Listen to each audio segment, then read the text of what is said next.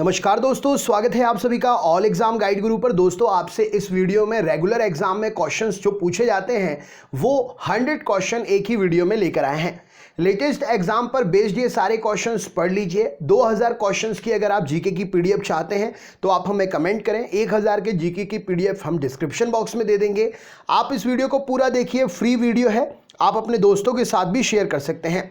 रोज channel पर सुबह 8 बजे से जीके की लाइव क्लास होती है।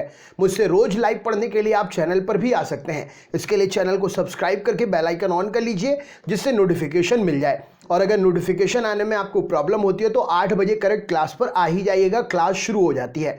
चलिए शुरू होते हैं। सबसे पहला प्रश्न, किसके काल में बोर्ड ऑफ रेवेन्यू की स्थापना हुई? तो वॉरेन हेस्टिंग के काल में बोर्ड ऑफ रेवेन्यू की स्थापना हुई। किस अंग्रेज को प्रशासनिक सेवा का जनक कहा जाता है? तो लॉर्ड कॉर्नवालिस को प्रशासनिक सेवा का जनक कहा जाता है। कलकत्ता में स्थित फोर्ट विलियम कॉलेज की स्थापना किसने की?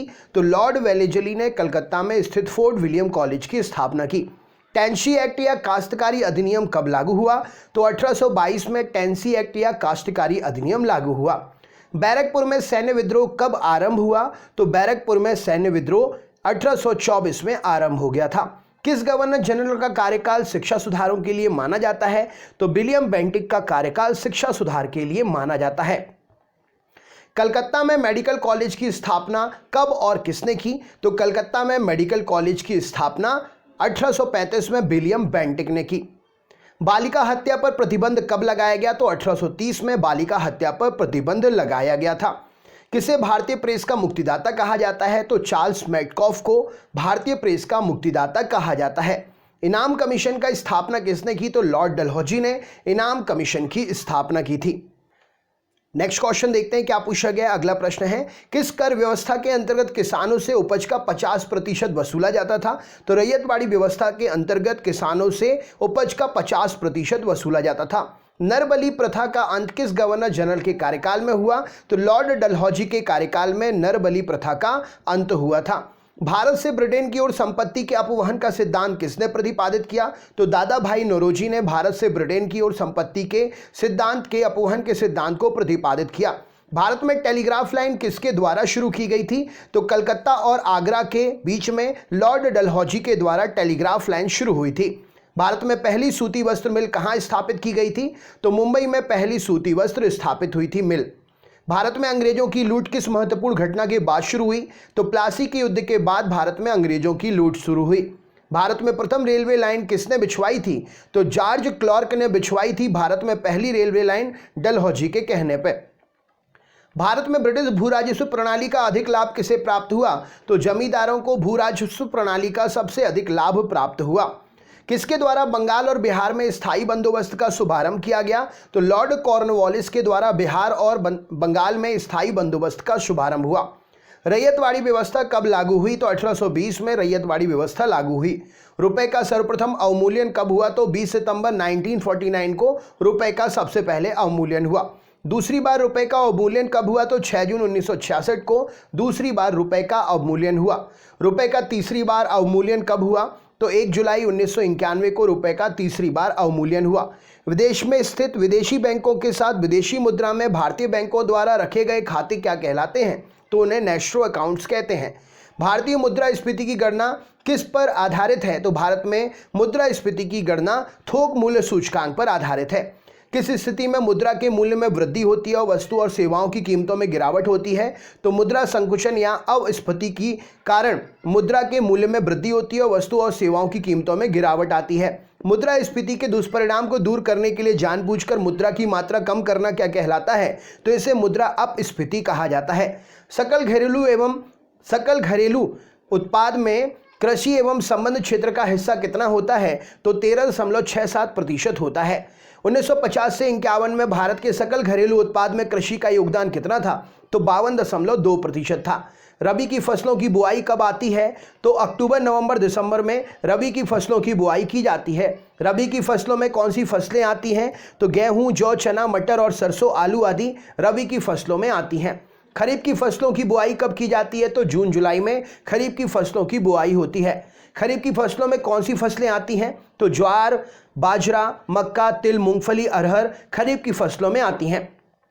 जायद की फसलें कब पैदा होती हैं? तो मार्च से जुलाई के मध्य में जायद की फसलें पैदा होती हैं।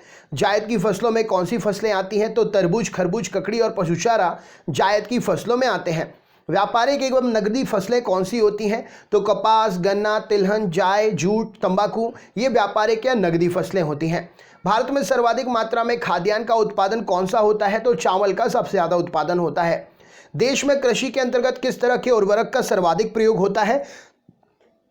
तो नाइट्रोजनी उर्वरक का सर्वाधिक प्रयोग होता है। विश्व में मसालों के सबसे बड़े उत्पादक, उपभोक्ता और निर्यातक होने का गौरव किस देश को प्राप्त है? तो भारत को विश्व में मसालों का सबसे बड़ा उत्पादक, उपभोक्ता और निर्यातक होने का गौरव प्राप्त है। रबर के उत्पादन में भारत का विश्व में कौन सा स्थान है? तो रबर के उत्पादन में भारत का विश्व में चौथा स्थान है। भारतीय संविधान सभा की प्रथम बैठक कब हुई थी? तो भारतीय संविधान सभा की पहली बैठक 9 दिसंबर 1946 को हुई थी। संविधान सभा का स्थायी अध्यक्ष कौन था? तो डॉक्टर राजेंद्र प्रसाद संविधान सभा के स्थायी अध्यक्ष थे। संविधान सभा का अस्थायी अध्यक्ष कौन था? तो सच्चिदानंद सिन्हा संविधान सभा के अस्थायी अध्यक्ष थे। संविधान सभा की प्रारूप समिति के अध्यक्ष कौन थे? तो डॉक्टर भीमराव अंबेडकर संविधान सभा की प्रारूप समिति के अध्यक्ष थे।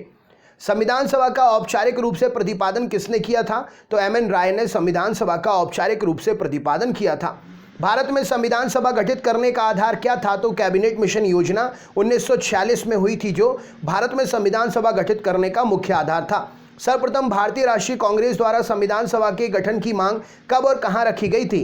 तो 1936 में फैजपुर अधिवेशन में भारतीय राष्ट्रीय कांग्रेस के द्वारा संविधान सभा के गठन की मांग रखी गई थी। कैबिनेट मिशन योजना के अनुसार संविधान सभा के कितने सदस्य होने थे? तो 389 सदस्य होने थे। संविधान के पुनर्गठन के फलस्वरूप 1947 तक संविधान सभा में सदस्यों की संख्या कितनी रह गई थी? तो 299 रह गई थी। संविधान सभा में देशी रियासतों के कितने प्रतिनिधि थे? तो संविधान सभा में देशी रियासतों के 70 प्रतिनिधि थे। संविधान के गठन की मांग सर्वप्रथम 1895 में किस व्यक्ति ने की थी? तो बाल गंगाधर तिलक ने की थी। संविधान सभा में किस देशी रियासत के प्रतिनिधि ने भाग नहीं लिया था? तो हैदराबाद रियासत के प्रतिनिधि ने संविधान सभा में भाग नहीं लिया था।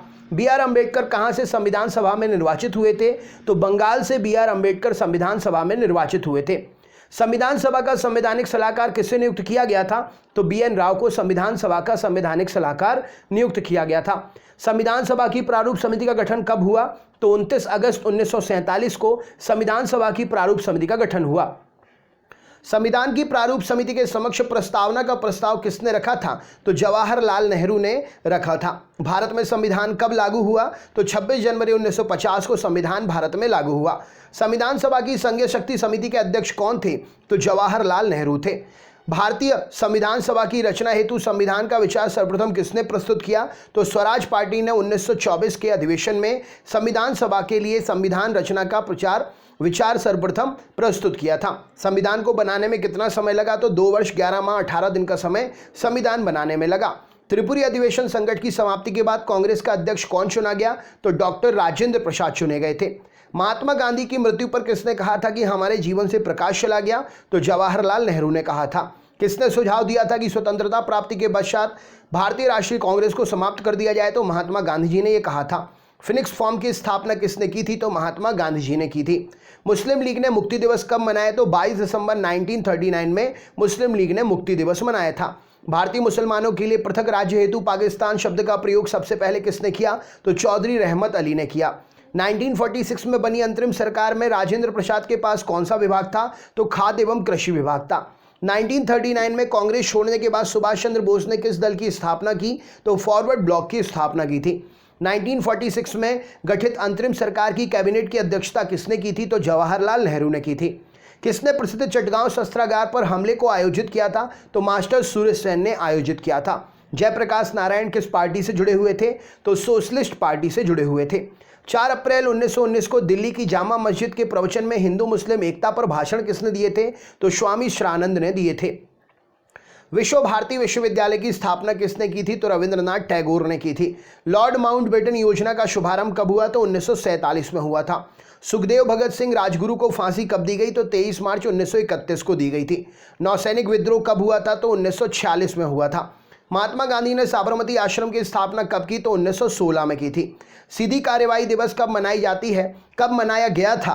तो 16 अगस्त 1946 को सीधी कार्यवाही दिवस मनाया गया था। हरिजन सेवक संघ के अध्यक्ष कौन थे? तो घनश्याम दास बिड़ला थे। पूना समझौता किस वर्ग से संबंधित था? तो दलित वर्ग से संबंधित था। सौर मंडल में कुल कितने ग्रह हैं? तो 8 ग्रह हैं सौर मंडल में। सूर्य के चारों ओर घूमने वाले पिंड को क्या कहते हैं? तो उन्हें ग्रह कहा जाता है। ग्रह के चारों ओर घूमने वाले पिंडों को क्या कहते हैं? तो उन्हें उपग्रह कहा जाता है। ग्रहों की गति के नियम का पता किसने लगाया? तो केपलर ने लगाया था। अंतरिक्ष में कुल कितने तारामंडल हैं? तो 89 तारामंडल है। सौर मंडल का सबसे बड़ा ग्रह कौन सा है? तो बृहस्पति यहाँ पर सही उत्तर हो जाएगा। सौर मंडल का जन्मदाता किसे कहते हैं? तो सूर्य को कहा जाता है। कौन से ग्रह सूर्य के चारों ओर दक्षिणावर्त घूमते हैं? तो शुक्र और अरुण दक्षिणावर्त घूमते हैं। निक्स ओलंपिया कोलंबस पर्वत किस ग्रह पर है? तो मंगल ग्रह पर है।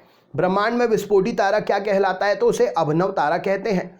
सौर मंडल की खोज किसने की? तो कॉपरनिकस ने सौर मंडल की खोज की। प्राचीन भारतीय सूर्य को क्या मानते थे? तो ग्रह मानते थे। सूर्य एक तारा है।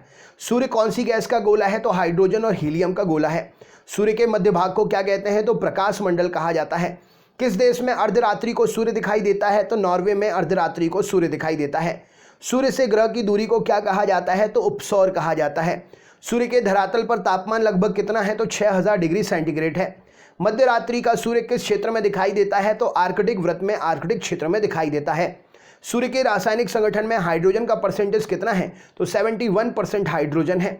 कौन सा ग्रह सूर्य के सबसे निकट है? तो बुध सूर्य के सबसे निकट है। बुध सूर्य की परिक्रमा कितने दिन में करता है? कमेंट बॉक्स में ये अपना आंसर शेयर करिए। दोस्तों, अगर आपको वीडियो अच्छा लगा हो तो लाइक ज़रूर करिएगा। ऑब्वियस सी बात है, वीडियो लास्ट तक देखा है तो लाइक तो करना बनता ही है। चैनल सब्सक्राइब करके रोज़ सुबह आप 8 बजे हमसे जीके लाइव पढ़ने भी आ सकते हैं।